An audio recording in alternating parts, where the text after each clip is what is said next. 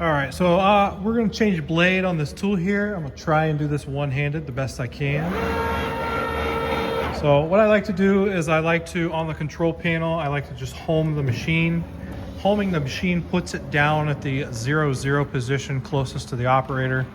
You are gonna need a 2.5 millimeter Allen. So if we look at our tools here, yeah, it's that one right there. So we're gonna go ahead and use that to change our blade. Now, depending on the tool that you have, you may need to unplug it or you just need to pull it out. So the one that I'm gonna change today is a powered tool. So I'm gonna go ahead and unplug it right there, and then we'll unlock it and then pull it out. So again, I'm gonna try and do this all one-handed. So we're unlocking and then I'm pulling it out. So I just unlocked and pulled it out.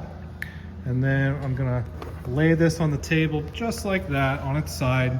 And I'm gonna rotate it until I can see that Allen screw in there.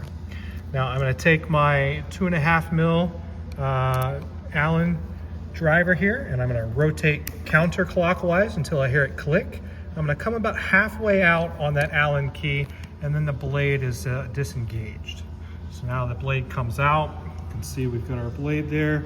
We can now replace it, but do make sure that that flat spot is facing the Allen key. So as I put it in, I'm gonna take it all the way down as deep as possible. Whoops. And then I'm gonna tighten down my Allen lock. Okay, it's nice and tight. So our tool has now had its blade replaced. I'm gonna go ahead and line the cotter pins up back to front, and I'm matching this front and that back. So I'll go ahead and drop the tool down in there now. Try not to touch the blade on the wall there. Okay, so that's most of the way down, and then I push the lock and it kind of steps down into position. So again, that's a spring-loaded lock there. Since this tool is powered, I do need to connect my power back. Okay, and then we're done. So that is a blade replacement. Now, the next thing that we need to do is I always like to check my blade length with the X pad there. So I'm gonna put the machine back online, and then I'm just gonna drive it back a little bit so that I have some nice clean area there. Now I'm gonna take my X pad, I'm gonna set it down anywhere on the table, doesn't matter where. I'm gonna manually activate my vacuum so that the X pad doesn't move around. And then on the control panel, I'm gonna drive the laser pointer to the calibration button. So you see that little red dot there? There's a little red dot. I'm putting it right in the center of that calibration button. So again, see the laser pointer there? It's right in the middle there. We're good. All right. Now in IPC, we're gonna find something called Adjust Tool Height. Once I click that button, this window comes up.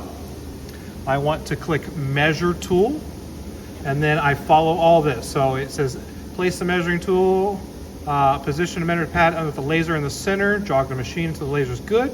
So we are good. We are in the center of that calibration dot, and then I just hit start, the blinking light on the control panel. So we hit start, the machine comes down, it measures the thickness with the green foot on the X pad. What that's doing is it's calibrating the X pad to the 0 surface. So this is an important first step. And then we go over to tool position 1, and it does a touch off.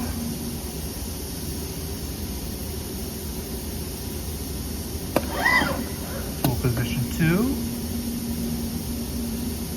Now this one's going to do a touch off, and then it actually will do a cycle. So we'll actually see that button go up, down a little bit to make sure that that tool is functioning. So if we don't get a good cycle signal on a powered tool, the system will warn you that there is an issue with that tool. So another version of checks and balances that the Kongsberg does to try and ensure that the operator has the best working conditions. So now that we are all good, we get a automatic tool measuring is finished. We are complete. So we hit close there, drive the machine back, and then I hang my X pad back up. And now I can run with confidence that that tool is going to be exactly where I want it to cut, cutting to 0, just slightly into that belt. Thank you much.